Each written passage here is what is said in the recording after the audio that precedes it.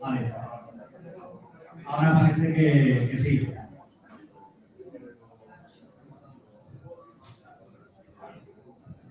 ¿Dale a la siguiente? Me quedo ahí entonces. Vale, ahora sí.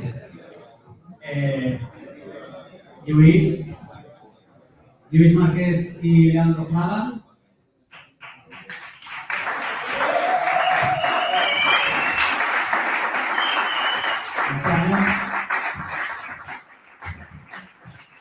Este año, o sea, dado lo que es la misma, pues hemos querido dar una experiencia un poco más chula a los ponentes.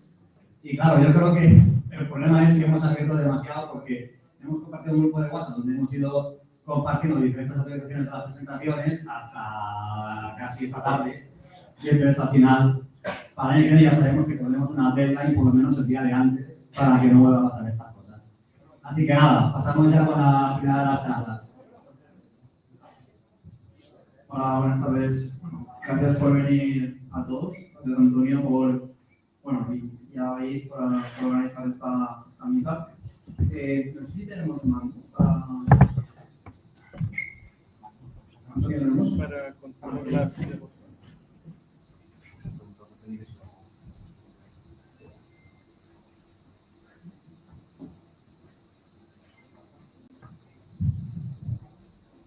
¿Vale? Van pasando con vale. Se sincroniza porque antes con la voz. con tus presentaciones. Fantástico. Bueno, hemos preparado esta charla y vamos a hablar qué ofrece Anypoint sobre los temas relacionados con NFT, sobre todo. Y nada, si puedes pasar a la siguiente. Vale, gracias. Vale, pues el primer punto haremos una pequeña introducción a lo que es NFT. Bueno, creo que aquí todo el mundo más o menos sabe de qué va, pero bueno, haremos una pequeña introducción a muy alto nivel. Luego hablaremos un poco sobre el proyecto de Microsoft de AI Chain. Y por último, el conector MFP que ha sacado Salesforce en este caso.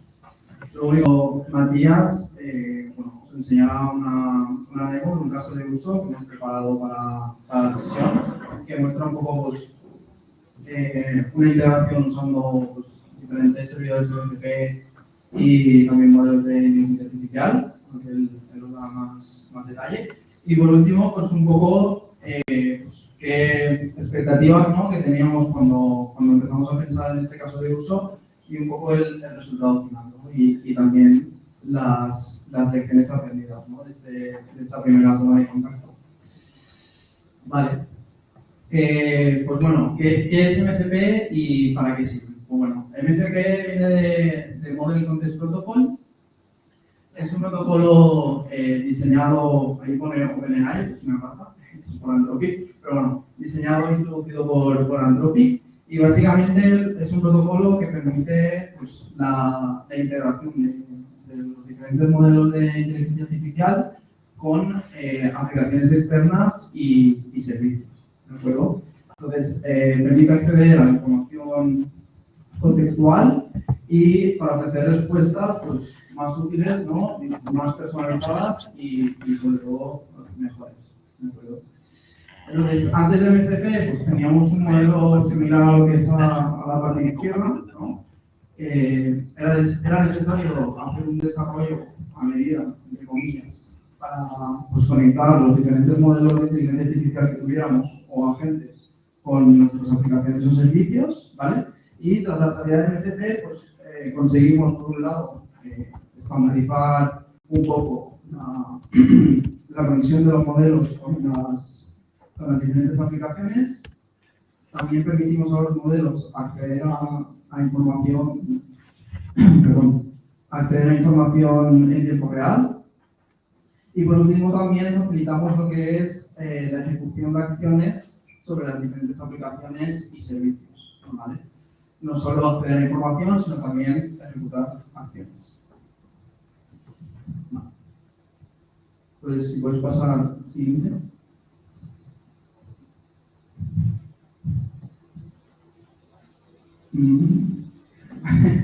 Puedes pasar sin nivel. Bueno, vale, pues dicho esto un poco del tema de MCP, os quería también contar un poco qué es el proyecto Microsoft IHN.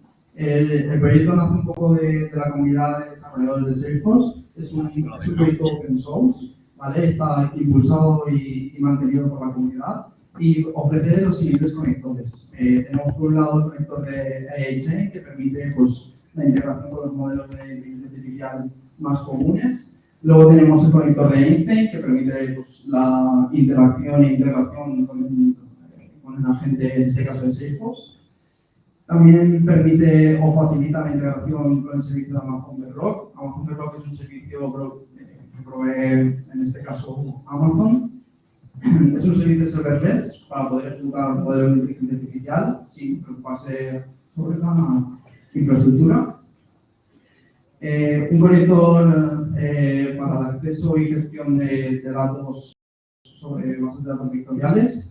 Y por último, un Web Crawler y un Whisperer, que básicamente son operaciones para obtener datos mediante crawling de páginas web. Y por último, pues, de texto a voz y voz a texto, de temas de transcripción y demás. Y por último, pues, por parte de Salesforce, tenemos el conector MCP. Este conector tiene soporte directamente de Salesforce. Y básicamente lo que permite es que las aplicaciones Microsoft, en este caso, puedan actuar como servidores MCP y como clientes MCP también, ¿vale? La gran ventaja de actuar como servidores MCP es que básicamente vamos a poder exponer nuestros servicios vía MCP y poder enganchar lo que son todos los modelos digitales, o sea, todos los modelos de inteligencia artificial, perdón, con todos los servicios y aplicaciones que ya tenemos actualmente en nuestro modelo API. ¿De acuerdo? Es principalmente la principal ventaja. Y luego también permite componer, ¿no? Como actúa también como cliente, es posible definir herramientas a partir de los MCP externos y poder combinarlas entre ellos.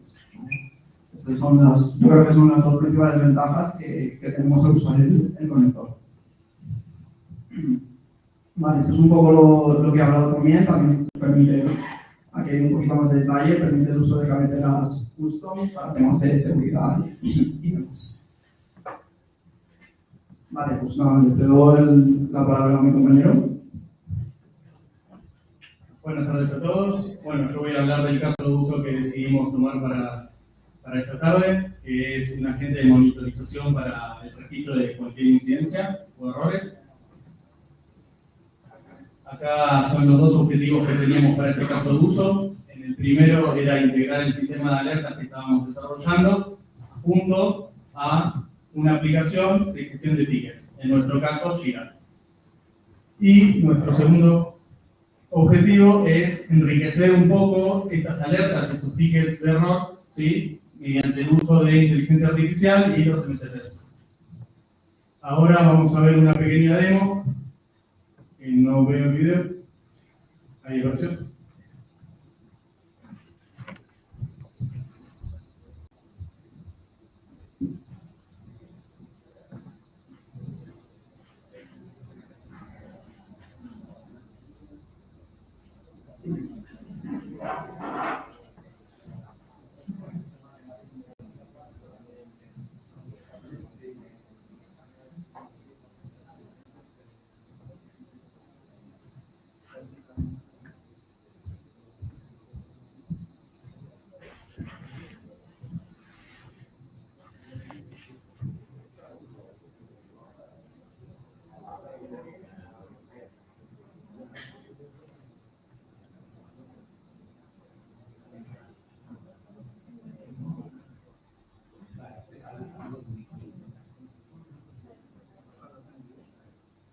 Creo que no tiene sonido.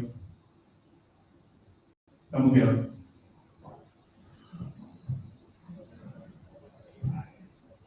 Gracias. Y le pueden subir un poco la calidad si quieren.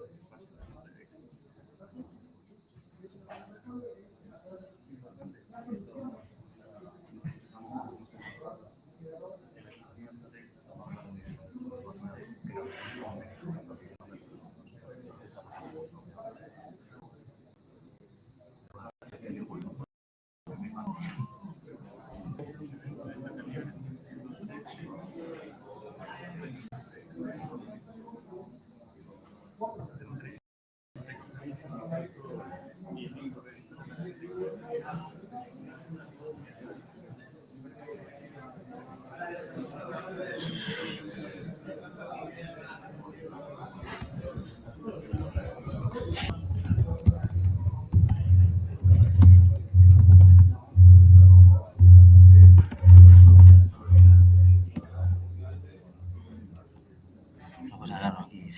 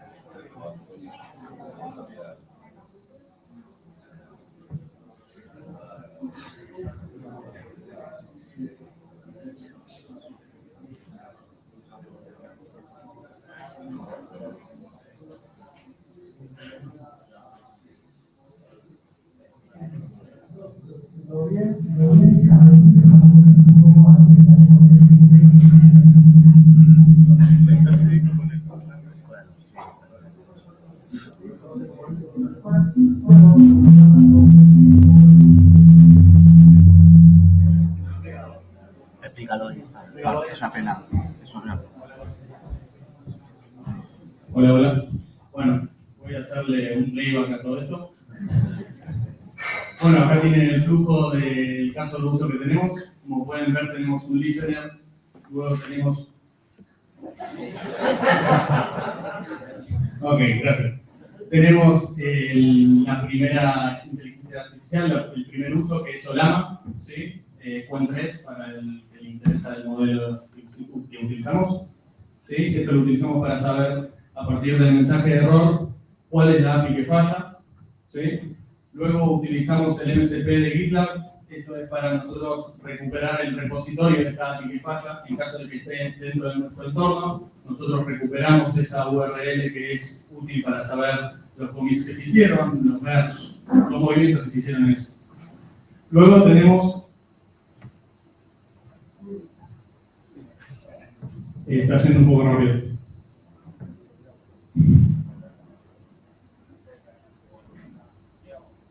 Para atrás un toque. Bueno, acá se están viendo las terminales. Ok, perfecto, vamos rápido entonces, un rato. Acá tenemos el MSP de Perplexity, en el que que se busca y se le consulta acerca de las soluciones para este mensaje de error que se dio. Y luego tenemos el MCP de Jira, que lo que hace es crear este ticket con la información que nosotros recopilamos, ¿sí? Bueno, teniendo eso en cuenta, ahora ponemos a correr la aplicación. Perfecto, ahora vamos a mostrar cómo se corren todos estos modelos, se están corriendo en local. Ahí tenemos un batch que lo que hace es abre 4 terminales, ¿sí? Tenemos por primero el modelo de inteligencia artificial, el OLAMA, el CUEN, ¿sí?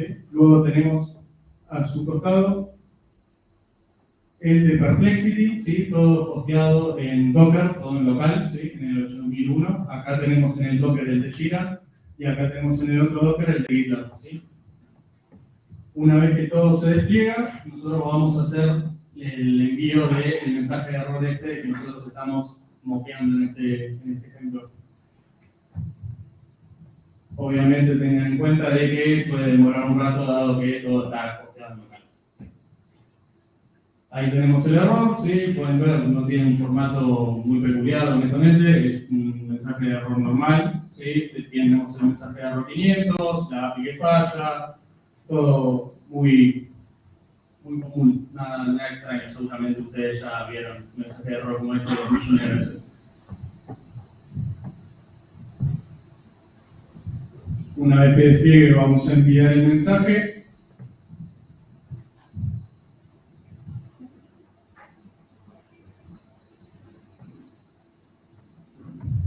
Ok, perfecto.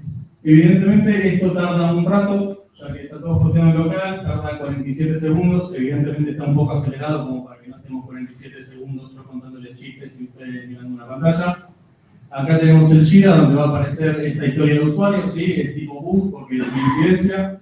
Y ahí lo que aparecería es la historia de usuario con incident bin y el nombre de la API que falló, ¿sí? Con la información que nosotros recopilamos de los MCPs, Perplexity, etc. Como habíamos visto, es un 500, en la S solo incident do it, ¿sí? Es un internal server error de toda la vida, no tiene algo más que eso. Perfecto, es un 200 OK, 47 segundos y medio, 47 minutos estamos en el orden. Y acá tenemos la DT956, perfecto, tipo WAG, perfecto. Vamos al Jira y acá lo que vamos a ver es, refrescamos la pantalla y tenemos la incidencia, ¿sí? Acá en la incidencia vamos a tener la información que recuperamos, ¿sí? El repositorio, el GitLab, bla, bla, bla. Es un 500 server error, cuando falló un post, ¿sí? Y después tenemos las 3 soluciones que nos propuso Perplexity, ¿sí? Tenemos el login para analizar las API calls, refinar o implementar un global error handler, y por último, validar los sistemas que estamos llamando, ¿sí? Porque puede haber fallado porque simplemente estaban no disponibles. Y luego tenemos los quotes que da Perplexity para que, en caso de que necesitamos rellenar un poco más de conocimiento, tenemos ahí los flujos. Luego, después, tenemos labels, componentes, ¿sí? Los labels ahí en MCP simplemente los rellena porque le pedí que pusiera algún label relevante. Bueno, eso fue todo de la demo. Espero que les haya gustado.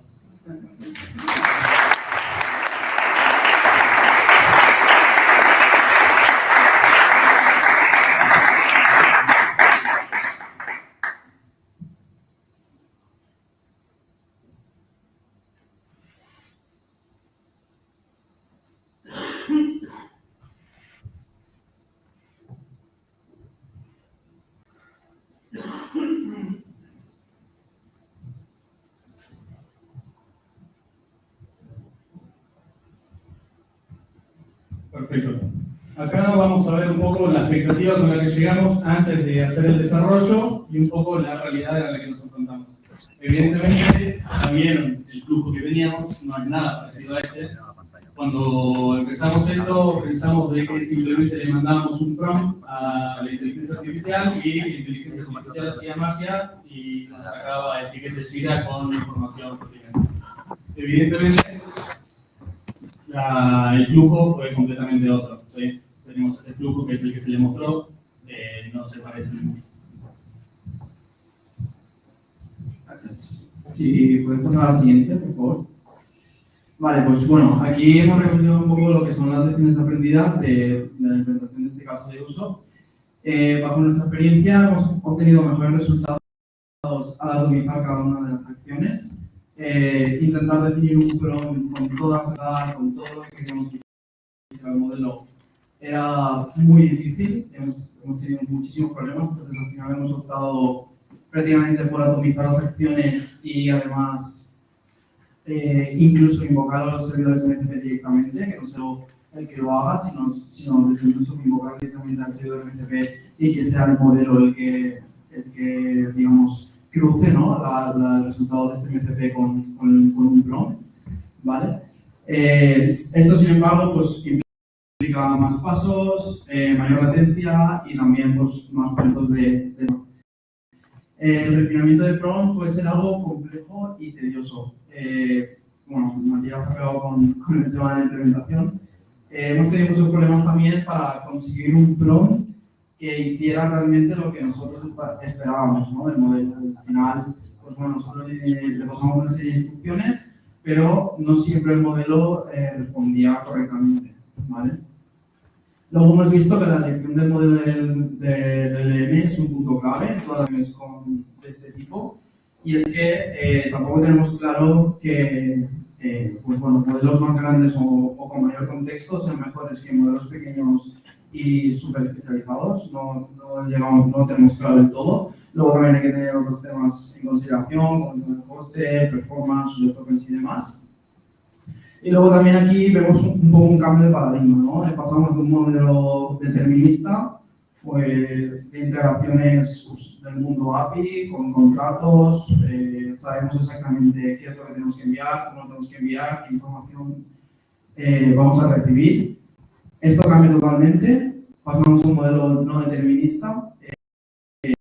De hecho, yo creo que hemos tenido dos iguales, con la misma entrada. Nos ha originado siempre respuesta distinta. Y bueno, y esto abre un poco también nuevos retos, ¿no? O sea, es decir, cómo podemos validar una implementación, que realmente el resultado que vayamos a obtener pues será dado. Luego también, ¿cuál va a ser la operación de incidencias? Es muy complejo incidencias si no podemos reproducirlas. Y luego también pues, temas de usuarios, es decir, aquí hay ciertos modelos se comportan bien con ciertas entradas, por cualquier motivo, y al final, pues bueno, los modelos de NM son como cajas negras, que no vemos exactamente, y puede ser realmente complejo entender qué está fallando. Y bueno, he puesto los 3 puntos suspensivos porque se ve aquí un menor, ¿no? A ver qué pasa. Y nada, si puedes pasar a la siguiente y con esto cerramos. Vale, pues bueno, hemos hecho un poco de introducción a MCP, hemos presentado el proyecto de eChain, pues que alguien no lo conocía, hemos presentado también el proyecto de MCP. Matías ha presentado el caso de uso que habíamos planteado pues, como primera toma de contacto usando un modelo de inteligencia artificial en integraciones. Y luego también pues, hemos expuesto un poco cuál era la expectativa, ¿no? En nuestras cabezas cuando empezamos y también pues, qué hemos aprendido, ¿no? de esta primera toma de contacto. Y con esto, pues, ya estaría. Muchas gracias.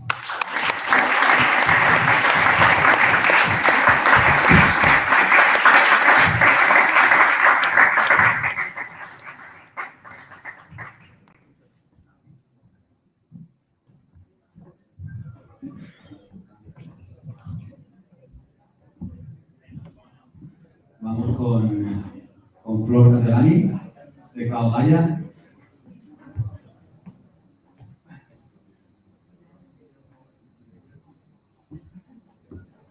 Más allá del código, APIs como motores de crecimiento digital. Puede haber iniciativas que combinan inteligencia artificial, internacional de automatización, es Chief Operation Officer en Cloud Gaia y reconocida MuleSoft Ambassador. Recomiendo, en paralelo, cuando tengáis un hueco, ver la meetup del Spanish Online Group, donde ayer Flor habló acerca del camino del Ambassador. Muy interesante. Yo me he visto también a ratos y la recomiendo de verdad. Así que nada, Flor, todo tuyo. Muchas gracias. Gracias por venir a todos, gracias por la invitación. Es un desafío en 10 minutos hablar de APIs y de un montón de cosas, así que, bueno, está buenísimo empezar la charla y espero que después en el espacio de networking sigamos profundizando. Hay slides, pero tampoco nos vamos a quedar ahí en los slides y quería como que los slides me acompañen, pero abrir un poco el juego y dejar unos interrogantes abiertos para después continuar las conversaciones. Ya me presentaron, así que no hay mucho más que decir. Se dieron cuenta por mi acento que soy argentina. Hace 2 años estoy acá, todavía no probé la paella, así que ahí tengo una deuda con Valencia. Que no hemos podido quedar hasta hoy. Y bueno, entusiasta de las integraciones, si bien hace unos años estoy un poco más corrida de lo que es el mundo técnico hands-on, nada, a mí me gusta estar siempre cerca y la propuesta ahora es cómo hacemos para estar cerca de un asset que es súper técnico, pero con una visión un poco más de negocio y creo que nos puede ser muy interesante empezar a repensarnos, más que nada en esta época, ¿no?, de la inteligencia artificial, en donde hay tanto revuelo y si nos van a reemplazar o no los robots. Así que ahí les traigo como unos interrogantes y una visión distinta para que sigamos conversando. ¿Pasamos, por favor? Bueno, esto no es nada nuevo para los que están acá, todos sabemos que es una API. Lo que sí creo que tenemos que empezar a pensarlo es, antes APIs eran, bueno, estos productos técnicos que resuelven la problemática de la integración netamente interna de una compañía, en donde hay un montón de aplicaciones que se tienen que conectar entre sí. Salimos de punto a punto, fuimos mutando, empezaron los web services y después fueron llamándose de otras formas más interesantes, ahora le llamamos APIs. El concepto es parecido, pero siempre, o por lo menos mi sensación fue que en los proyectos en donde tuve la suerte de trabajar, eran resolver problemáticas internas de una compañía y hemos vivido un montón de migraciones, ¿no? ¿Cuántos proyectos tuvimos de migrar de un integrador a otro, de una marca a otro, de un vendedor a otro? Pero es como que repetíamos la rueda. Íbamos armando APIs que solucionaban la conexión de SAP con Salesforce, de SAP con un sistema custom, de un legado, una base de datos, y nos mirábamos mucho adentro de cada organización. La propuesta ahora es empezar a mirar las APIs como producto. ¿Qué pasa cuando una API va más allá del valor de interconectar 2 sistemas que están dentro de una compañía y se abre hacia afuera? ¿Qué tenemos que tener en cuenta que no estábamos teniendo en cuenta hasta ahora para empezar a pensar y diseñar las APIs desde otro punto de vista? Pasamos. Bueno, acá es donde empieza toda la discusión, ¿no? Bueno, buenísimo, estamos acostumbrados a hacer APIs y nos vienen los requerimientos, nos viene una tabla de mapeos hermosa, larguísima, horrible. Creo que todos sufrimos tablas de mapeos infinitas. Nos vienen los requerimientos técnicos de esta latencia, esta recurrencia, este tipo de seguridad, pero pocas veces nos preguntamos qué problemática de negocio estamos resolviendo con esta API. Diseñarla desde otro punto de vista, ¿no? Hasta ahora la diseñamos muy pegadita a un requerimiento que alguien escribió, que no sabemos bien de dónde salió, pero que nos pidieron que una API que haga esto, que mapee de acá a acá, que tarde menos de X cantidad de segundos, que me lo devuelva. Esta es la autenticación, y como que nosotros sí hacíamos mucho hincapié en un diseño técnico, pero nos olvidamos de la parte funcional. El rol del API Product Owner cobra mucha relevancia en un mundo donde las APIs empiezan a ser productos de las compañías, assets. ¿Qué vende una compañía digital? Vende sus activos digitales. ¿Y cómo los vende? Y hoy son las APIs los que los exponen. Entonces creo que ahí hay un cambio de mindset muy interesante que tenemos que empezar a tener en cuenta. ¿Cómo hacemos para pasar de un asset que era netamente tecnológico, que era controlado por un equipo de IT, que en una capa de negocio era completamente invisible, a una API donde se vuelve la estrella y se vuelve el producto de una compañía y que sale a monetizarlo? Bueno, y el API Product Owner tiene una relevancia enorme. ¿Por qué? Porque es un perfil bastante extraño. Es un perfil que tiene que tener todo el conocimiento técnico que veníamos hablando, porque no puede ser ajeno. La API sigue siendo un aspecto tecnológico de la compañía, pero tiene que tener también el peso adentro de la compañía y el conocimiento de industria suficiente para entender cuál es la API que tenemos que construir, por qué la tenemos que construir de esta manera. Tiene que tener una relación muy estrecha con el resto de las áreas de negocio. Tiene que colaborar con marketing porque la tiene que posicionar como un producto de la compañía y la tiene que salir a vender. tiene que colaborar con ventas, le tiene que dar los assets para que ventas pueda salir a vender, tiene que trabajar con ventas en el go-to-market, en la monetización de esa API, tiene que pensar en KPIs externos, tiene que pensar en un NPS del uso de una API, ¿no? Eso jamás se nos había cruzado por la cabeza antes. Nosotros poníamos una API en producción y teníamos las analíticas de uso, demás, pero era todo interno. No le íbamos a preguntar al desarrollador que la consumía, ¿te gusta mi API? ¿Te parece útil? ¿Es buena? ¿Es mejor que la de la competencia? Ahora competimos con otras compañías que tienen APIs similares, así que tenemos que tener conocimiento del mercado también. Tenemos que colaborar con legales, con seguridad. Claramente esto es un rol que está muy bueno y que creo que nos desafía a todos, ¿no? Si venimos del lado técnico, nos tiene que mover un poquito más al lado del negocio y a entender que una API tiene que ser funcional a los objetivos estratégicos de una compañía, ¿no? Entonces ya esta figura del gestor de APIs o del owner de APIs, como le decimos, deja de ser un equipo, una persona que está dentro del equipo de IT y se pasa a una persona que forma parte de la estrategia de la compañía. Los pilares siguen siendo los mismos, ¿no? De la gobernanza de una API y claramente cuanto más expuesta está la API, más se vuelve relevante tener un buen governance. No es lo mismo versionarlo mal y resolverlo in-house que versionarlo mal y que nuestra API la use en X cantidad de aplicaciones third party, que la use un gobierno y demás. Entonces, cada una de estas cosas cobra relevancia cuanto más expuesta está, y bueno, es algo que me gustaría como dejar para pensar, ¿no? Que de esto lo hacíamos como en piloto automático y que ahora hay que repensarlo cuando nos abrimos hacia el usuario. ¿Pasamos? Todos ya sabemos también, este cuadrito lo vimos un montón. Lo que los quiero invitar es, bueno, las APIs y toda la composición y que son descubribles y que supuestamente son reusables. Entonces, conforme vamos creando el repositorio de APIs, cada proyecto nos cuesta menos y time to market es menor porque vamos reutilizando APIs que fueron construidas en el pasado. Pero todo esto, cuando nos lo explicaban y sonaba muy maravilloso, de vuelta nos vamos hacia adentro. Miramos nuestro exchange, nuestro repositorio de APIs, nunca miramos hacia afuera. La invitación es, ¿qué pasa si hacemos proyectos o hacemos un roadmap dentro de la compañía articulando APIs que no son nuestras? ¿Para qué reinventar la rueda, no? Entonces, ¿cómo podemos hacer para beneficiarnos y empezar a sumar APIs de terceros, empezar a hacer partnerships, empezar a crecer desde otro punto de vista? Y ahí es donde se vuelve cada vez más estratégico. Pasamos una más.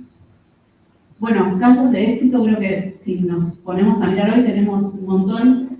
Hay tres que resuenan bastante. Uno es el Open Banking. Creo que el Open Banking revolucionó absolutamente el sistema. Antes la información de cada uno de nosotros financiera estaba muy cerradita en cada uno de nuestros bancos y Open API obligó a las entidades financieras tradicionales a abrir esa información y le dio espacio a un montón de fintech que empezaron a aparecer en el sector y se abrió el juego muchísimo. Así que ese es uno de los casos que es muy interesante y yo lo considero caso de éxito, me parece que está bueno. El e-commerce, ¿no? A través de las APIs, todo lo de los headlets, esta capacidad de desacoplar front de back, esta capacidad de escalar una aplicación con a distintas regiones, con distintos métodos de pago y demás, donde antes integrar una pasarela de pagos era como una complejidad enorme y ahora rápidamente, si las APIs están bien diseñadas, uno podría ir escalando esto de una manera muy rápida, muy orgánica.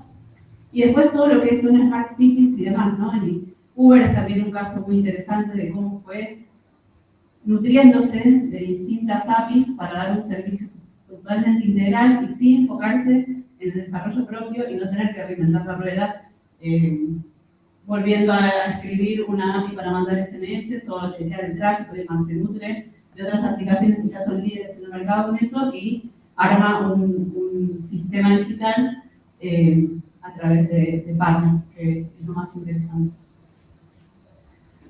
Bueno, las conclusiones para mí, no sé si hay una conclusión cerrada, pero sí lo que quiero que nos llevemos es qué importante esto de que no queden las APIs escondidas como un proyecto de IT y solamente de IT para resolver una necesidad netamente de una compañía, sino pensarla como un asset digital que se puede monetizar, pensar en KPIs de uso externo, ¿no? Esos KPIs que siempre bueno, veo cuántos requests, a ver si está bien sizeada, si no, KPIs reales de negocio, de por qué esperamos los pedidos que esperamos, NPS para ver si la API está funcionando, toda la red de partners también, posicionarla como un asset estratégico, conocer el mercado y posicionarnos también nosotros distintos, ¿no? Creo que es una oportunidad para todos para no dejar lo técnico, pero sí complementarnos y volvernos un poquito más estratégicos, conocer más de industria y de negocio.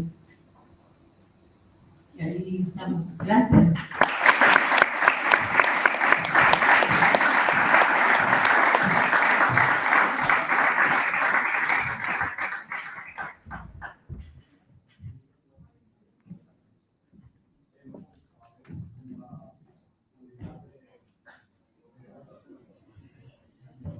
Vamos a pasar con la charla de Adrián Fernández, presidente de Data, acelerando el API Design con MCP IA.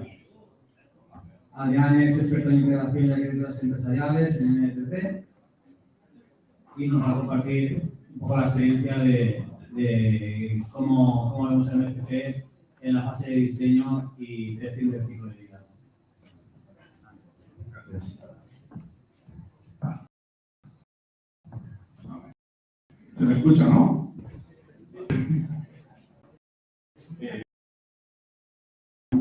Por Luis sobre MCP, yo lo voy a contar en este caso para lo que es la etapa del design y el API testing. Si veis que me paso de tiempo, lo que sea, me avisáis y me decís. Vale. Pues bueno, esta es la agenda, no la comento porque ahora iremos viendo en profundidad cada paso. ¿Pasa?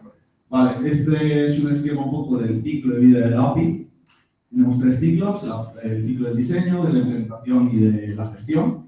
En este caso yo voy a contar lo que es todo el ciclo de diseño y un trocito de implementation, de la parte del testing, como con MCP podemos acelerar este proceso y creo que además son 2 cosas que a lo mejor no aportamos tanto y ahí la hemos podido un montón. Vale. Entonces, este es el caso de uso, no voy a contarlo todo en detalle, porque lo mismo ahora lo vamos a ver punto a punto, pero básicamente creo que es un ejemplo que puede ser más o menos real, que es una organización, tenemos 50, 100 APIs integradas en Exchange, y digo, ¿esto está hecho? ¿Hay alguna API que esté diseñada para notificar el estado de incidencia? Pues bueno, eso todo lo vamos a ver, el end-to-end desde empezar la pregunta esa, ver si existe el endpoint, hacer los cambios de la API, publicarlo, etc., hasta pasar a la parte del API testing con Postman en este caso o cualquier API client. Así que pasamos. Esta es un poco la arquitectura, entre comillas, aunque eso es un poco de plasmar de forma visual qué componentes un poco he tocado. Y en este caso tenemos el actor, el MCP client, que en mi caso es Visual Studio Code, podría ser otro como Cloud o cualquiera, Copilot y el endpoint Builder. Ya pasando a la parte de MCP Servers, tendríamos el MCP Server de Postman, el de Git. El de Git se conectará con nuestro Git instalado localmente, el MCP Server de GitHub y finalmente el MCP oficial de Anyper Platform. En su día, cuando empecé a preparar un poco la charla, no estaba y me estaba picando yo una API de Mule para poder conectarme al Exchange y hacer yo las cosas que quería de la API de Platform, pues a los pocos días sacaron MuleSoft oficial, así que dije, ¿para qué voy a reinventar la rueda? Voy a sacar que ya está hecho y me pasó a partir de ahí. Así que ya está. Entonces vamos a ir viendo un poco, no se verá mucho porque son capturas y estáis bastante lejos, pero bueno, lo veréis. Y si no, les paso el PPT y lo veréis. Así que nada, el primer paso sería preguntar con Copilot si existe alguna API que permita modificar el estado de incidencia. Ahí me contesta que dice sí, existen unas APIs que se llama SAP y ServiceNow, pero ahí el primer puntito que no me gustó es que no le puedo preguntar si el endpoint o que me da esta información. Me dice sí existe la API, pero no es capaz de darme qué endpoint está resolviendo esa problemática. Vale, ¿estamos? Como no puedo verlo, pues digo, vale, pues clóname ese repo local. Esto ya lo hacemos con el MCP de Git del local, me lo clona correctamente en la ruta que le digo.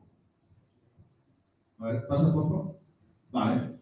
Bueno, aquí me pongo a revisar un poco el contrato, en este caso OpenAPI, le podría haber dicho Copilot, que también me dio un resumen. Entonces le digo, vale, pues añádeme un endpoint para modificar incidencias, que siga buenas prácticas, etc., y que tenga coherencia con el resto del contrato que yo había escrito. Pues ahí lo amarillito es que no se nos va a añadir un endpoint de tipo patch. Ahora pasas, y yo revisando lo que me dio toda la IA, ya veo que le falta, por ejemplo, poner códigos de respuesta HTTP. Pues un poco ese es el trabajo de revisión que tenemos que hacer de lo que nos devuelve la IA. Le digo que me lo mejore y que le devuelva unos pocos más, y ahí tenemos un 401, un 404, etc. Pasamos.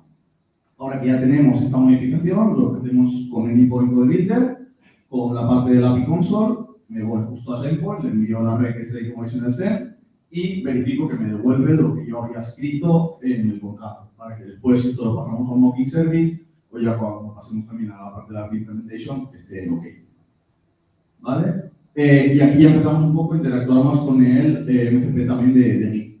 Y aquí definiremos la gestión de ramas que queremos tener para los contratos. En este caso, creamos una feature a partir de develop, me la sitúas como o de master, me la sitúas como la rama actual, y todo esto con lenguaje natural. Yo no tuve que acordarme de ningún comando de Git, ni irme a una herramienta como GitHub Desktop, pues mira, todo con lenguaje natural.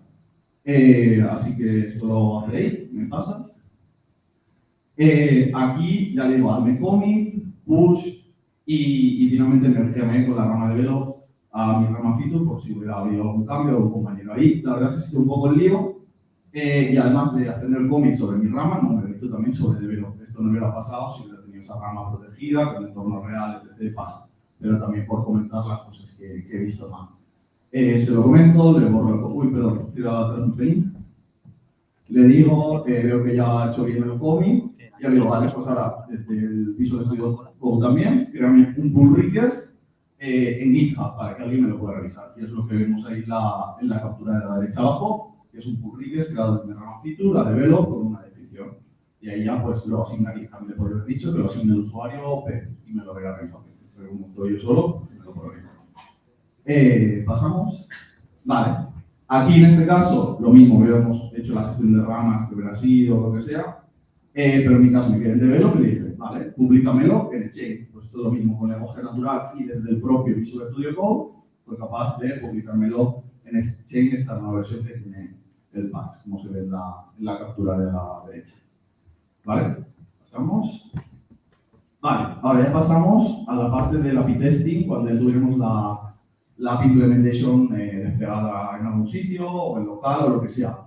Paso previo a esto, aunque no lo hice por no hacerlo súper largo, podríamos haberle dicho al MCP también que me generara una colección de Postman para el mocking service que teníamos en Design Center, que es una parte, bueno, tenemos la parte de design lista para que los sistemas, un cliente externo o alguien de otro equipo pruebe y vaya probando el contrato. ¿Vale? Aquí simplemente destacar que en su día yo intenté pasar de esa forma, ¿vale? Crear una colección de Postman con environment, etc., colección siendo buenas prácticas. Y esto no funcionó. Días antes de la mitad, probé y el MCP de Postman estaba fallando en la tool de Create Collection. Y nada, he puesto ahí el issue porque tiene un issue abierto y no funciona así. Así que ahí me pillaron un poco y me ha jodido, pero bueno. Pasamos al siguiente, entonces, como workaround y que estas cosas pueden pasar, que los sistemas caigan. En este caso, los MCP servers pues también, como workaround, pues le dije, vale, pues créame una colección y un environment en JSON y simplemente copias, te lo abres en Postman, le pegas el texto literal y él ya te crea la colección, como se puede ver ahí abajo, con la parte de post response también, que es algo que muchas veces es manual o le tienes que pedir a la IA de Postman que te lo haga, y también el environment que se ve ahí arriba a la derecha. ¿Vale? Pasamos. Vale, y esto un poquito como apunte, hace poco Postman ha pasado o ha abierto la parte de con el repository que está en beta, y esto lo que te permite es conectar colecciones por ahora a un repo de GitHub. Entonces esto está guay porque muchas veces Postman tiene un límite de workspace y por personas, tenemos que estar pasando colecciones, etc. Y es un rollo. Pues esa parte la ha abierto, no la he probado en ejemplos reales o con muchas más personas, así que pero bueno, es algo poder explorar y creo que puede venir bien porque te sincroniza los cambios que alguien haya commit en ese repo y tú también. Entonces, como si lo tuvieras sincronizado un repo real, como cualquier tipo de aplicación Java o JavaScript o lo que sea. ¿Vale? Entonces, por conclusiones, cosas que me han gustado a mí. Al final, desde una herramienta, tengo casi todo lo que quiero hacer. No tengo que estar pagando entre 20 herramientas y context switching. Creo que también ahorra tiempo a la hora de hacer specs, sobre todo cuando sean specs muy grandes, que tengan un montón de operaciones y queramos hacerlas bien hechas, que muchas veces por tiempo no se hacen, pues esto creo que puede ayudar un montón. También el tema de colecciones de Postman, environments, el pull response, todas las buenas prácticas de la parte del API testing, también muchas veces se ignoran porque no hay tiempo y esto puede ayudar. Y sobre todo también, que no me funcionaba en este momento, era la parte de decirle al MCP de Postman, pues decirle, he añadido un endpoint nuevo, añádemelo a esta colección de Postman, que ya existe, sin yo hacer nada, eso es capaz de hacerlo. Y finalmente también que los MCP pues, te permiten hacer o acelerar parte del desarrollo sin tener que saber todo el detalle técnico fino, pero por ejemplo, entre cambiar de RAM en la OpenAPI muchas veces no te acuerdas de la sintaxis y va bien. Vale, un poco limitantes, esto creo que lo he comentado antes, el MCP de server de GitHub y de MuleSoft no te permite ver el contenido en concreto de un API, de un contrato, no puedes decir, vale, pues devuélveme este endpoint o este otro, esto no ha sido capaz en las pruebas que he hecho. También directamente el MCP server de MuleSoft no es capaz de generarme un pull, por ejemplo, que tire del mocking service. Tienes que ir al design center, decirle que esta es la URL del pull y a partir de ahí sí, pero automáticamente no. Esto también en Postman, por lo que sea antes de hacer backup en el repo, en GitHub no es compatible por ahora con los environments. Entonces está un poco cojo porque al final siempre van un poco acompañados y los dos de la mano, colecciones y environments. Y un poco alucinaciones de IA que he visto como el tema de gestión de ramas y otros ejemplos que he visto que no ha terminado de funcionar o se lo tienes que dar un mascado de pronto. Vale, errores encontrados. Error 128 tools, este me pasaba cuando tenía muchos MCP servers y muchas tools activadas en el Visual Studio Code. Nada, ese error no profundizado, por ahora me lo desactivaba y ya está, pero imagino que tendrá solución o algún ajuste. El error que he dicho de Postman de Create Collection, que pongo ahí el link. Lo que he dicho antes, que, bueno, esto lo he dicho, a veces me ha tocado darle el contexto de qué MCP server utilizar en concreto. A veces me ha pasado que el MCP de Postman interpreta acciones cuando no son para él y era para, por ejemplo, el de Chain. Y lo que he dicho también antes, el mal de entendimiento entre la gestión de ramas en el MCP server de Link.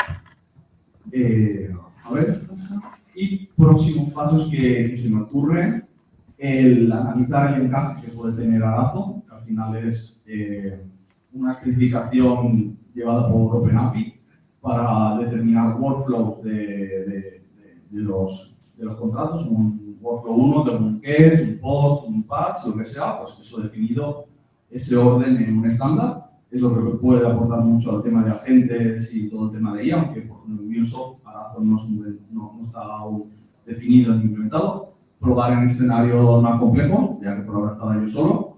Probar el escenario de hacer el API scanning desde cero, porque ahora era algo que ya estaba pillado, ya existía el API. Gestión de conflictos entre colecciones de Postman, que pasará cuando haya mucha gente ahí tocando la misma colección en un environment, a ver eso cómo se gestiona. Y probar a realizar parte de la API implementation con el MCP server de MuleSoft.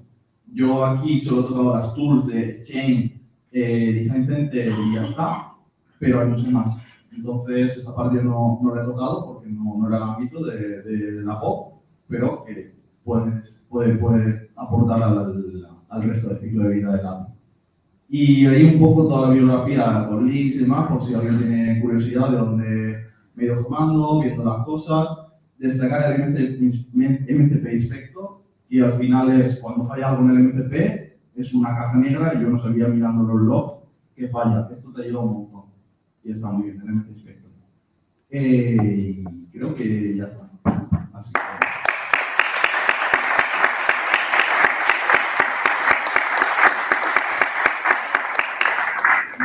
¿Hay alguna pregunta, algún comentario?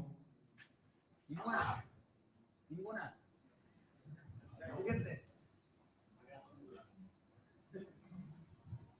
Pues ya está, pues muchas gracias y siguiente.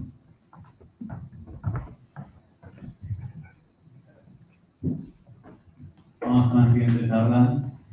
Vamos a máxima velocidad. Gaby Monreal, de Integrita, Chief Executive Officer. Gaby ha sido testigo y protagonista de la evolución tecnológica en el ámbito de las integraciones, liderando proyectos que han ayudado a organizaciones a conectar sus sistemas de forma eficiente y estratégica. Yo recuerdo una meetup de Agile que me invitó Gaby, y luego hicimos el podcast de Cursos Más Tarde durante una temporada. Y Gaby es de estas personas que hizo un TPV cuando los TPV no existían. Es como los que eran emprendedores cuando la palabra startup no se utilizaba. Entonces, nada, es un placer que haya podido venir y muy atentos a lo que nos va a contar. Arquitectura mínima viable, escudo frente a la deuda técnica. Muchas gracias. Vale, sí.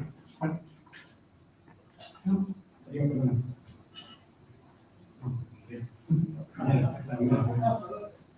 Nos borramos que estamos poniendo todo mucho.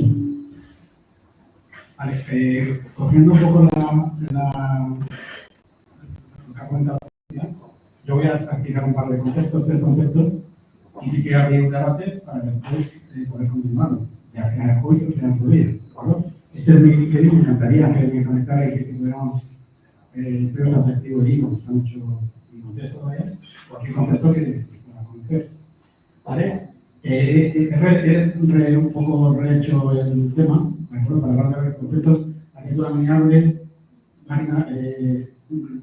producto amigable y conceptos de la técnica. Del foro, seguro, mucha gente conoce lo que es la técnica, ¿no? ¿Lo conocen? Okay. Otra cosa es que la gente quiera hablar de ello. No. Conocéis, obviamente. ¿No? Lo podríais definir. ¿Lo podría definir alguien? ¿Con una frase? ¿Vale? A intentar definir una frase hoy, ¿vale? A ver sí. Bueno, esta es la metáfora de la habitación desordenada, ¿de acuerdo? ¿Por qué ha ocurrido esto? Bueno, ¿por qué creéis que ha ocurrido? ¿A qué se debe esto? ¿Algún despiste? Trabajando. Depende del orden. Que deprisa. Es algo. Una habitación desordenada es el conjunto de malas decisiones. O decisiones tomadas precipitadamente. ¿De acuerdo? De hecho, si hubiera que definir una frase para mí lo que va a las técnicas, exactamente es eso. La toma de decisiones, bien porque es demasiado acelerada, o bien porque se toma mal en el momento.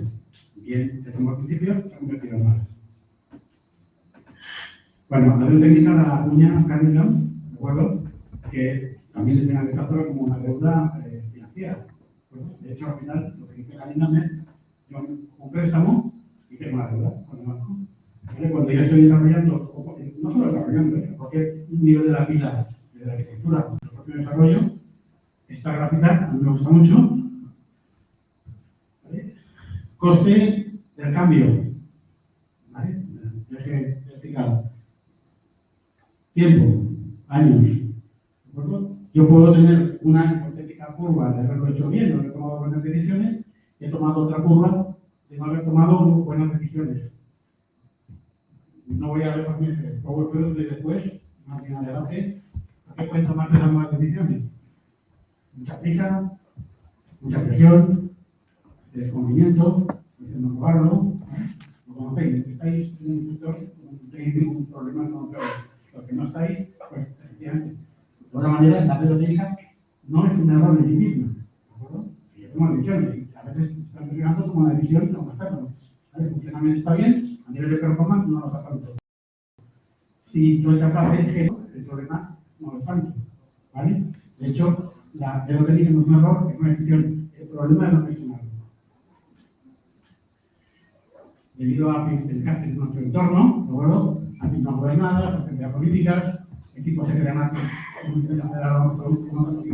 catalogados, Al final, el resultado, plataforma central y funcionalidad, pero no flexibilidad. Es que influencia muy bien a la hora de no flexibilidad del producto. La sociedad APIs a productos ayuda mucho a entender que esto es llevado por un equipo de desarrollo más funcional, ¿de acuerdo? Que puede estar un poquito más ágil, ¿de acuerdo? Que pone en otro lado. Equipos funcionales que corren demasiado y no son capaces de transportar o de llevar a cabo acciones sobre los equipos. ¿Vale? En Digitaliza estamos ahora analizando conceptos muy antiguos. Por esto de electrónica variable no es ni mucho más nueva, ¿no? Ni antigua. Lo que ocurre es que nos hemos olvidado un poquito que hay que sentarse a reflexionar y ver cómo podemos ser capaces de establecer arquitecturas, estructuras, patrones, lo que queramos, que sean capaces de no tener o generar demasiada de la técnica. ¿Vale? Entonces, estamos acuñando conceptos, que llevamos ya un año y medio, reacuñando porque hicimos, no lo hemos inventado, de arquitectura variable. Vemos qué es, ¿vale? Mínima viable no es ni mínima ni completa, ¿de acuerdo? Eso es importante, ¿vale? Con la esquemita haría un punto aquí, esto es el desarrollo de elementos, arquitectura, desarrollo, fuera. Etapas en el comienzo, etapas de escalado, hasta etapas de optimización, donde está en producción y está esto en un entorno de management. ¿En qué punto? ¿En qué punto? Esta curva, ¿de acuerdo? Tenemos que ponernos para que no podamos tomar decisiones y nos develen demasiada la técnica. Eso es justamente lo que hace la intentar minimizar estas decisiones que hacen que sea difícilmente reversible, evitando ese diseño anticipado por ingeniería y reactivo de la técnica. La cual hay que magnificar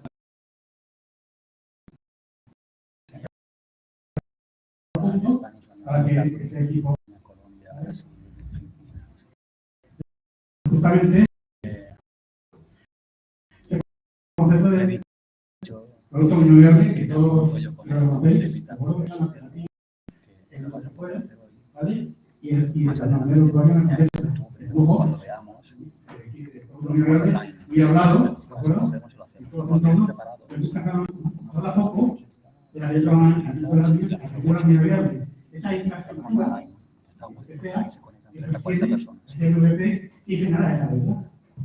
¿Vale? De hecho, esto lo presentamos como en el caso de o bastante bien, presentamos la ventaja de escaladores, para entenderlo. ¿De acuerdo? La MVP va por delante. ¿De acuerdo? El producto MVP va por delante. El equipo que desarrolla las funcionalidades, el producto va por delante, con sus paneles, sus backlogs, todo perfecto, y por detrás siempre hay que ir soportando ese crecimiento de las funcionalidades. La arquitectura lineal por detrás. ¿Dónde está la deuda técnica aquí? ¿Qué representa la deuda técnica en esta metáfora?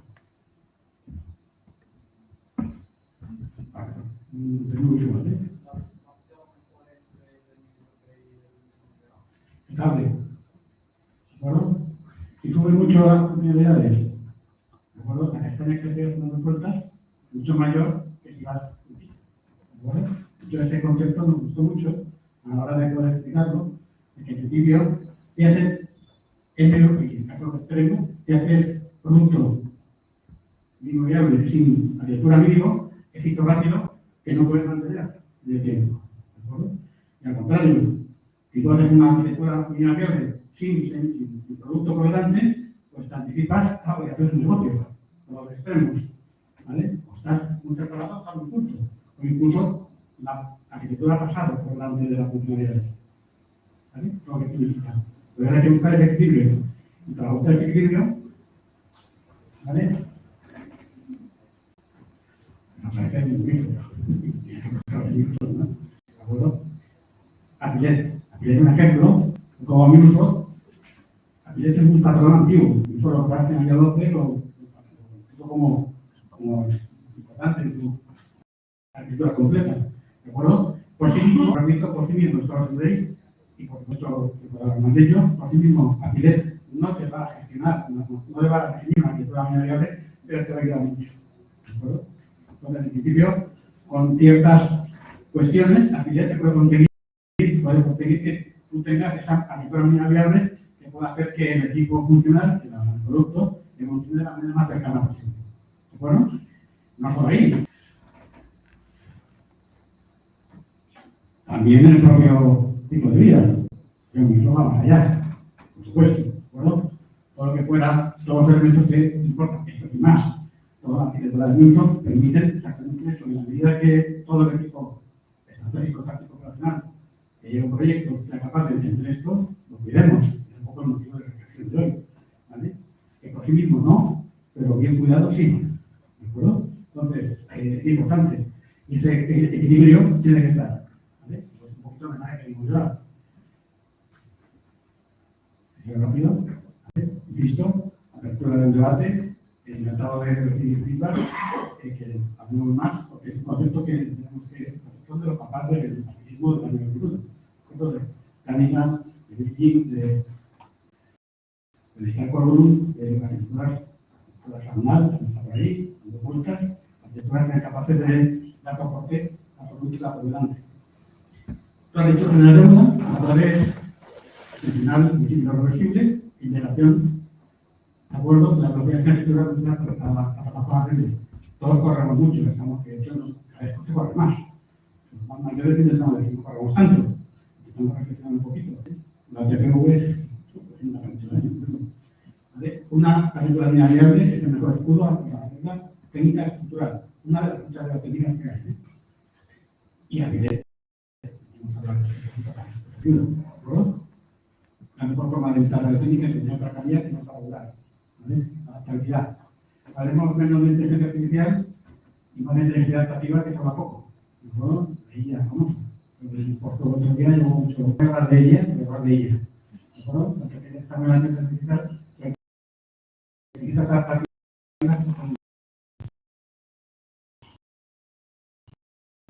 Tenemos que ser adaptativos y todo esto. Gracias.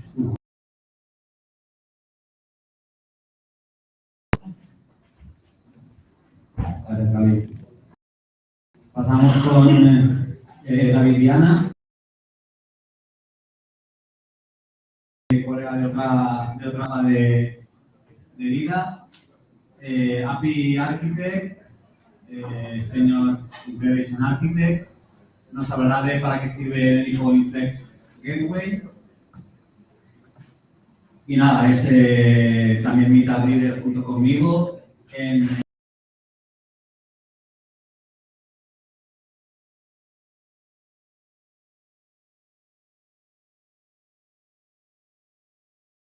la organización. Así que vamos a David. Gracias a todos. Pues nada, un poco lo que vamos. Un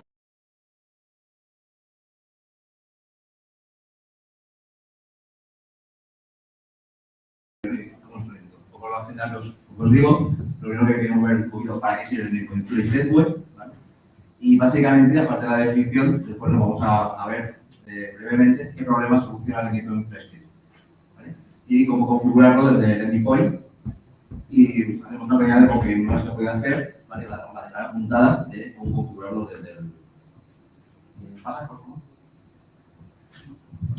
Vale, el endpoint gateway, ¿vale? Parece que es un rápido, que en arquitecturas modernas.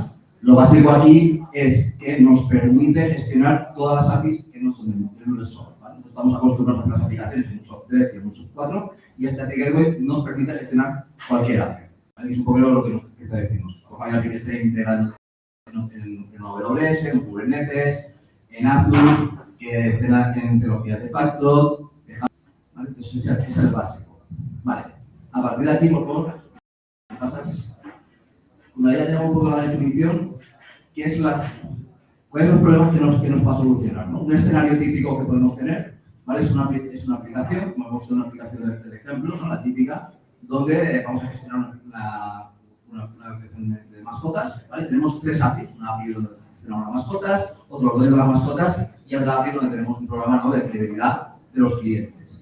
Y en este escenario, las dos primeras APIs las tenemos dentro de un gateway de Azure API Manager, donde son unas aplicaciones en Cesar, en Netcore, y la tercera pues la hemos hecho en Heroku, ¿no?, porque es trabajamos también de Salesforce, y es simple, ¿vale? ¿Cuál es la primera problemática que tenemos aquí? ¿Vale? La primera problemática que tenemos aquí es que si nosotros, por ejemplo, queremos aplicar la misma seguridad, las mismas políticas a las APIs, ¿vale? Sin este flexway, lo que tendríamos que hacer es bastante más complicado, ¿vale?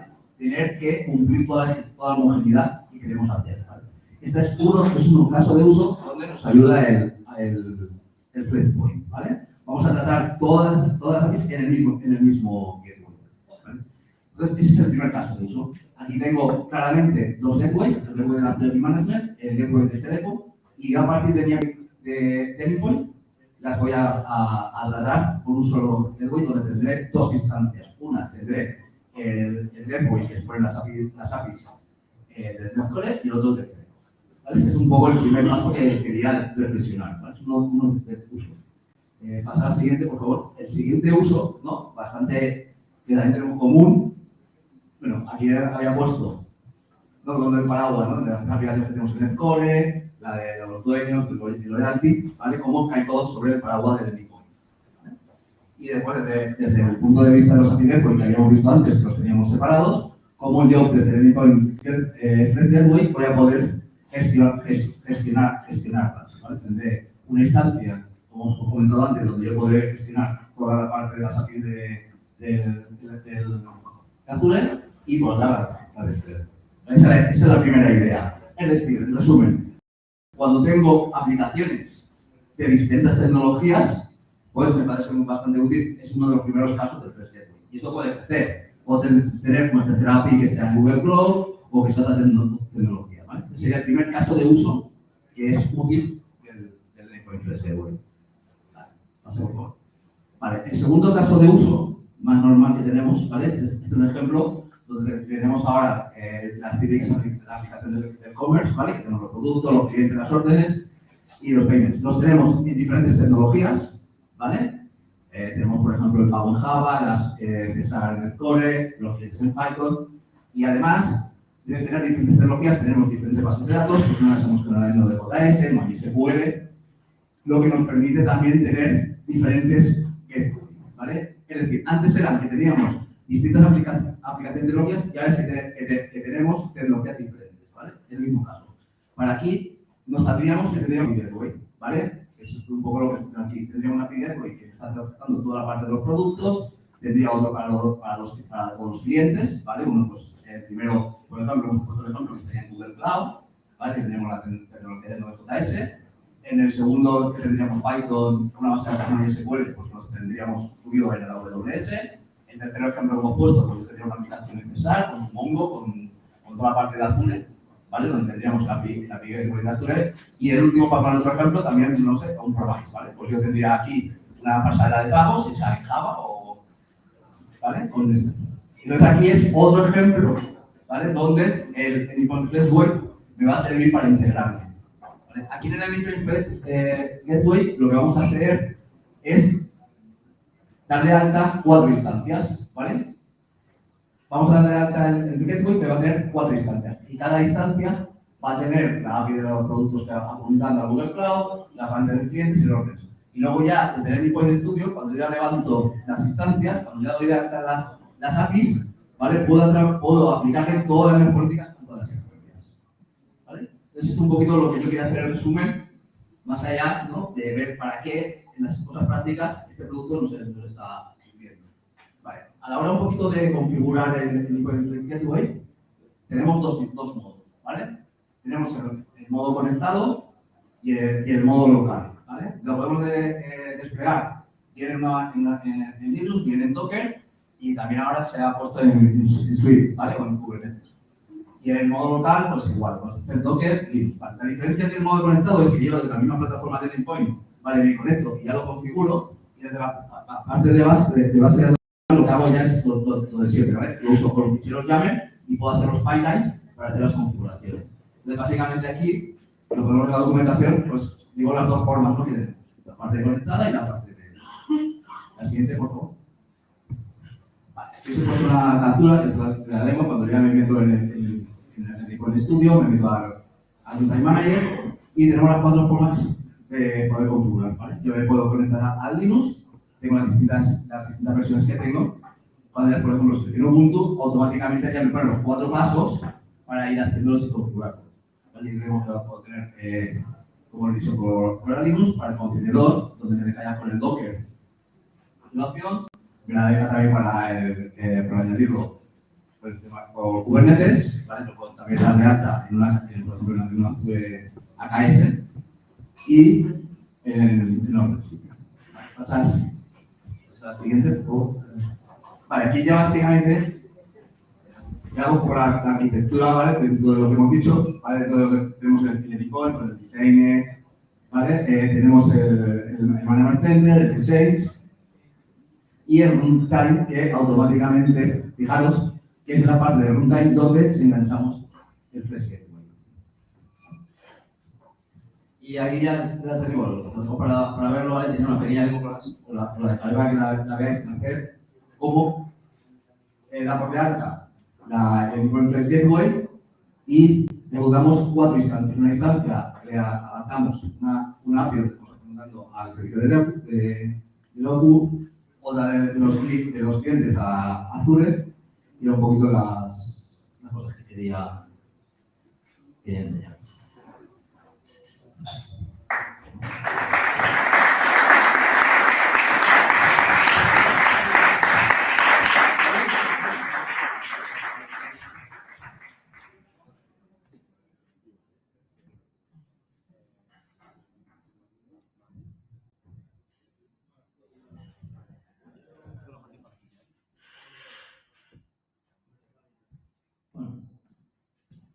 Voy a hacer la presentación de Antonio Martínez, y la guía de Valencia, de actividad. Vale, va a dar ahora la charla del Domain Company, la de aquí de Company, ¿vale? Es el manager de estrategia de Midnight. El título era para putearte. Vale, viendo una... Ya me dicen en casa que me meto en demasiados temas. No es normal que también esté dando una charla. Not Domain Driving Company, but still something like API Driving Company. El título en inglés, comenté que haría una traducción en breve para también tener el contenido en inglés de la charla. Hasta la siguiente está en español, ¿vale?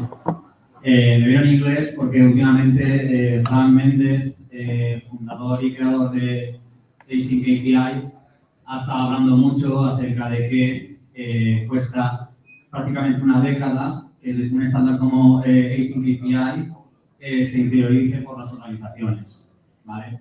Esto no hace otra cosa que visibilizar que los ciclos de vida y el ámbito de las integraciones y el contexto que ello implica cuesta de asimilar y cuesta de interiorizar y de poner en marcha en las diferentes organizaciones.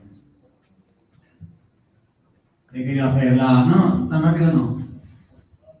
¿Ves? He querido hacerlo para hacerlo más distendido, ¿vale? Pues aquí tenemos ¿vale? Yo tengo cerrado el desarrollo, quizás ahora podría desarrollar Wasabi.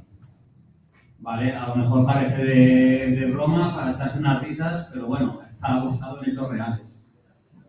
A veces no es un ciclo, a veces es una montaña rusa y siempre intentamos pensar en positivo y quizás es que no se ha entendido bien, no se ha explicado bien, la documentación no ha quedado clara, pero bueno, muchas veces pues ocurre eso, ¿no? No se sigue el ciclo y no se siguen las fases como se debería, ¿vale? Esta charla, igual que todas las demás, igual que el resto de ponentes, pues os invito que nos ataquéis a posteriori, que nos preguntéis cualquier aspecto del contenido de las ponencias, porque dan para debate y están hechas para ello, ¿vale? La mía es para provocar el debate, sobre todo, más del networking que de la propia charla en sí. Siguiente. ¿Vale? Aquí, por ejemplo, en NVIDIA hubo un debate donde al final se dijo que escuchamos a los clientes, ¿vale? Hay que escuchar a los clientes, pero al final los tecnólogos, por así decirlo, tenemos que tomar las decisiones, ¿vale? Un equipo de integraciones o en un gobierno API, siempre escuchamos a nuestros clientes, luego decidimos. ¿Eso qué quiere decir? Que cada uno haga su introspección. A pesar de lo que te contaron, supiste lo que se necesitaba. ¿Eso qué quiere decir? Te contaron todo, quizás sí, quizás no. Al final tienes que tomar las decisiones, ¿vale? Pues ahí también está un meme que parece de broma, pero no lo es. Siguiente. Conecta los puntos, ¿no? Aquella charla de Steve Jobs. A veces las piezas encajan, sobre todo hoy en día en la era más actual de la inteligencia artificial y que tan de moda se ha puesto, pero al final encajan gracias a los equipos de ingeniería y gracias a que la comunicación entre las personas es la base que hace que todo funcione, ¿vale? Aquí yo creo que podría referenciar la charla de antes de Gaby y podría referenciar cualquier otra de los anteriores ponentes, es decir, al final la comunicación entre todas las partes, sobre todo la parte de desarrollo de aplicaciones y la parte de integraciones, es lo que hace que al final todo encaje. La tecnología, o bien por A, por B o por C, se resuelve y se hace funcionar, pero al final hay que saber qué es lo que queremos hacer. Siguiente. Vale, la gestión de la demanda. La gestión de la demanda que a veces es tan complicada, ¿no? Queremos hacer las cosas, queremos ir, como decía Gaby, vuelve 2 slides antes, porque queremos ir muy rápido y estamos yendo todos muy rápido, ¿no? Te dije que gestionaba por tickets, más abierto 18. No entiendo nada, ¿no? Pues, de nuevo, parece broma, pero pues pasa, ¿vale? Consejo, intentar pensar en positivo y no, como dice la frase de arriba, no pensar que te quieren joder. O sea, a lo mejor es que no han entendido algo y hay que volver a explicárselo, aunque sea por 27ª vez. A lo mejor hay que revisar internamente cómo estamos haciendo las cosas. Siguiente. Y esto es un ejemplo de una charla rápida.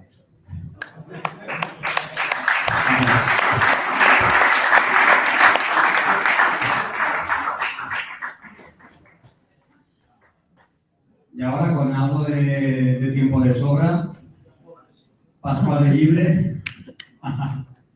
No te confíes y no vayas a dar despacito, ¿eh?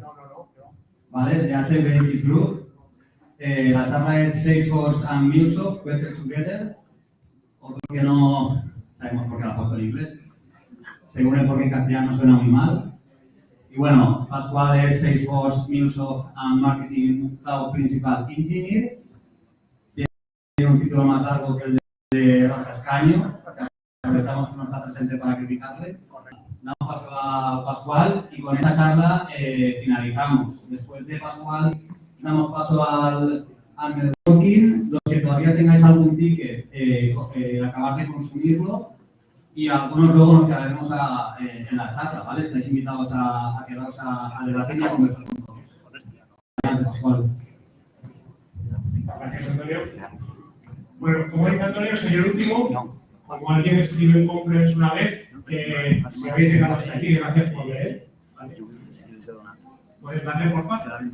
Vale, vengo a hablaros de Salesforce y MuleSoft, ¿vale? Que empecé en Salesforce hace muchos años y luego pasé a entrar en el mundo de MuleSoft, ¿vale? Entonces, tengo que contaros un poquito de qué van las de Salesforce. Lo típico que os van a enseñar es el diagrama de Gartner, no os lo voy a enseñar, ¿vale? Lo que os voy a decir es que un CRM es un CRM que está considerado como el mejor del mercado, es un CRM que te permite tener toda la visión 360 de lo que sería el cliente, es un ecosistema robusto, es escalable, se adapta a tu empresa y puedes tener todo lo que sería la visión tanto de servicio, de ventas, marketing, etc.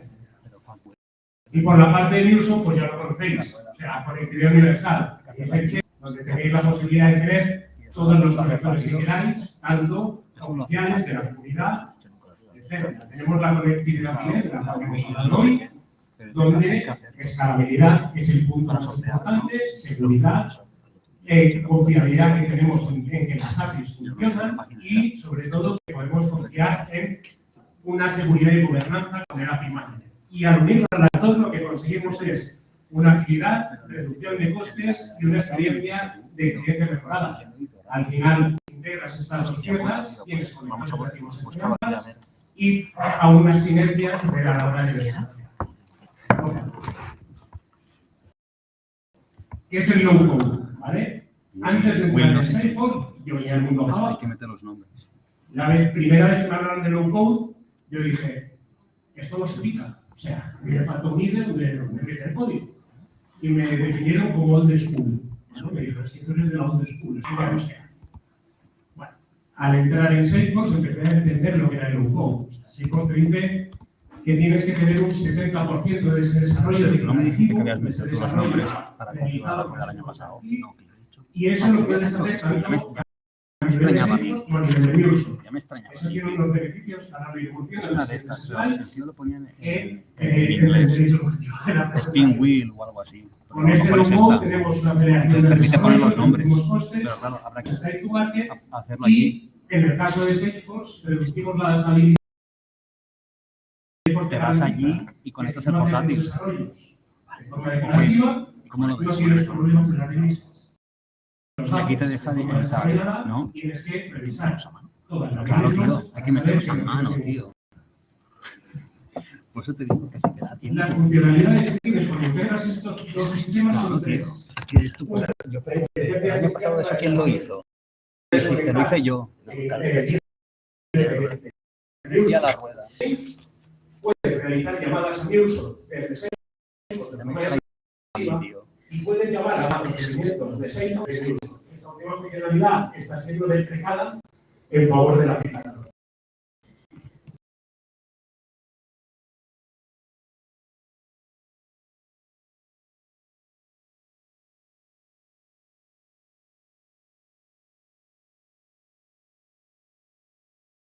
Identificadores entre ambas y en el cuando tienes configurado aparece donde seleccionas las funcionalidades que quieres habilitar entre ellas. ¿Vale? Vamos a ir un poco rápido. Cuando queremos utilizar Agentforce, ¿vale? Los compañeros os han enseñado cómo utilizar la IA. Desarrollar con la IA. Te permite generar esos flujos, te permite pedirle que te haga el flow y te conecte la que tú le pidas o incluso te ofrezca una API. En este caso vemos que hemos conectado, bueno, vamos a crear un proyecto, lo puedo compartir. Vamos a pedirle que nos cree un flujo que nos proporcione la climatología, ¿vale? Que nos conecte con un proveedor random.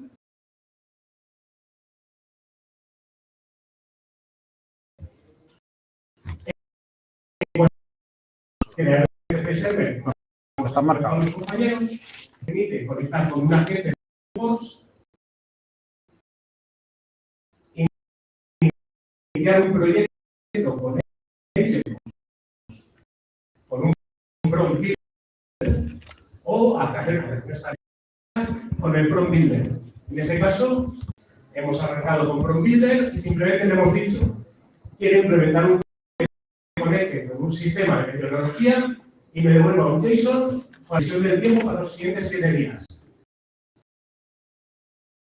El flujo para que tú simplemente lo copies, lo pegues en Visual Studio y automáticamente con la configuración que te pone abajo, que tenías que conseguir una API, ya puedes empezar a usarlo. ¿Vale? Y de aquí pasamos a lo que es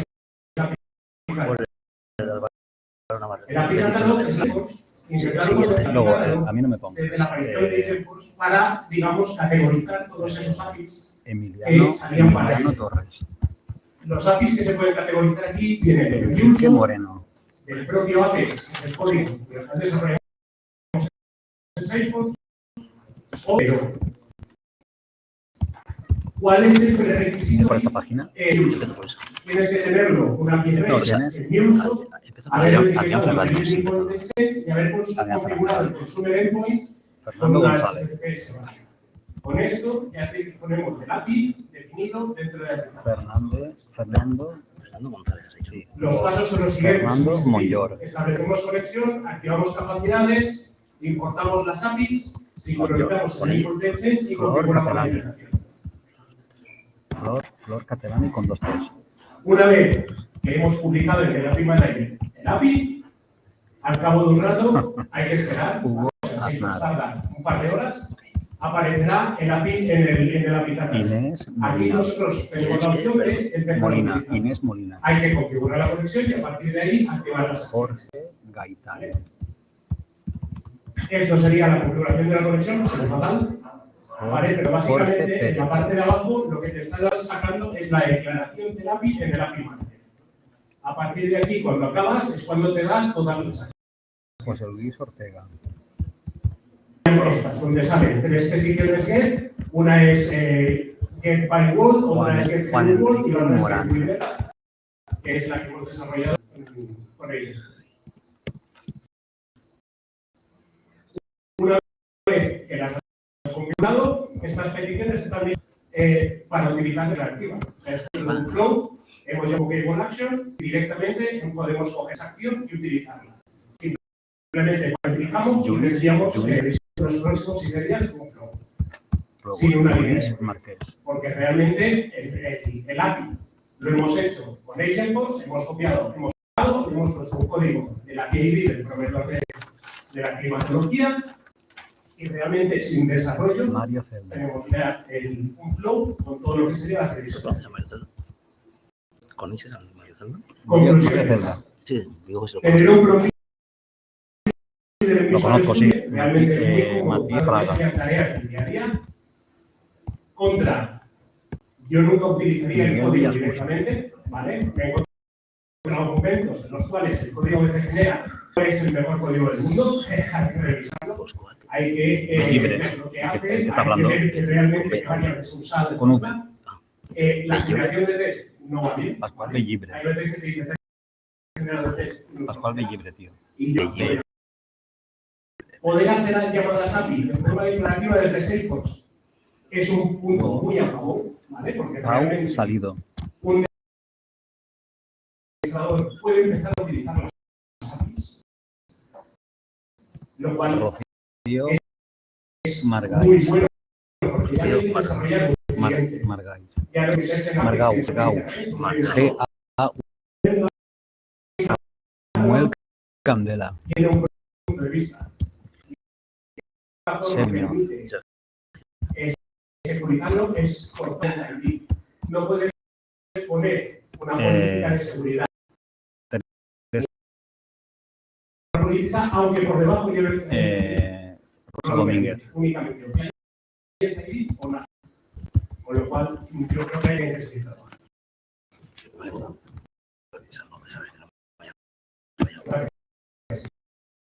No voy a revisar nada, tío.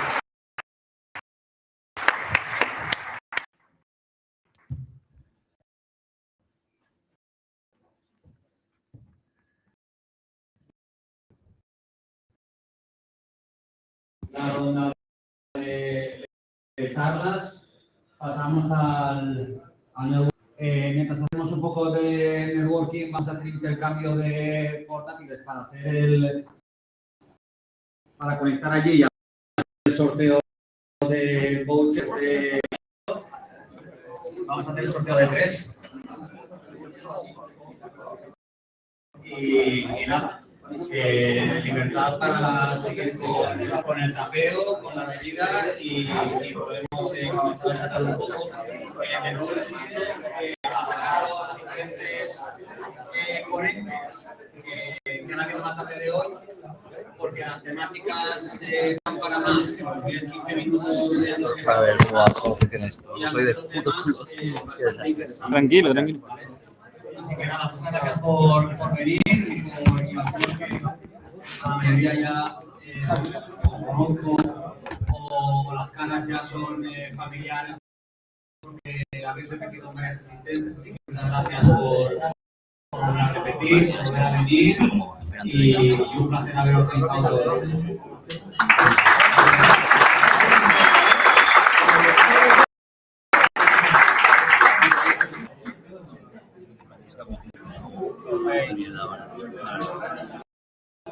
¿Le doy ya o...? Sí,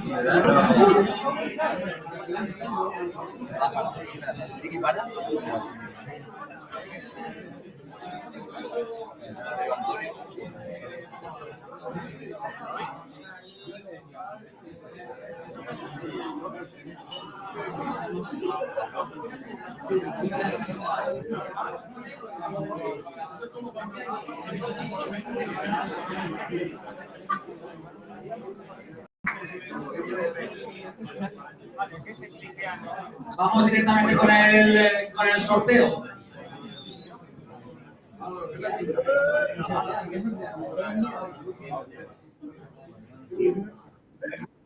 Jorge Pérez.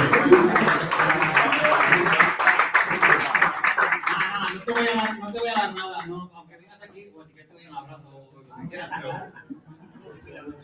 te mandaré un correo cuando tenga un rato y con un enlace, ¿vale? Lo rellenas, es un formulario, lo rellenas, puedes seleccionar entre el catálogo de trainings que tiene Nimso, puedes seleccionar un training y viene asociado con un boxer, ¿vale?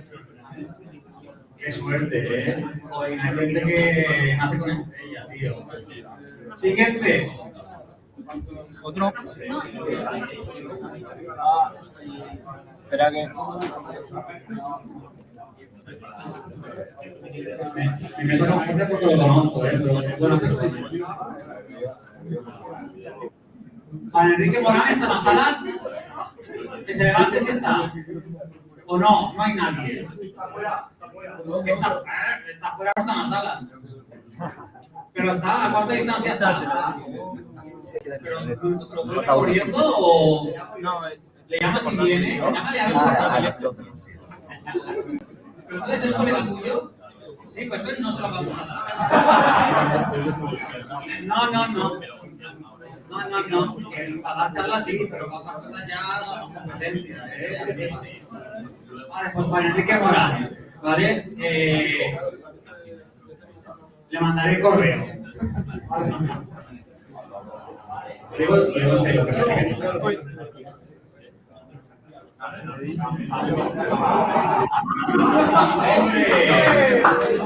Hombre, pero tú quieres ya toda... Pero tú, vamos a ver, una cosa, vamos a ver.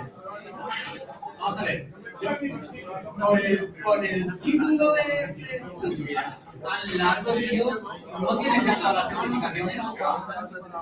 ¿Sabes? Tienes el training y el boxing. Pues nada, Pascual de libre. Y ya está hecho el sorteo. Gracias a todos. A los jugadores y a los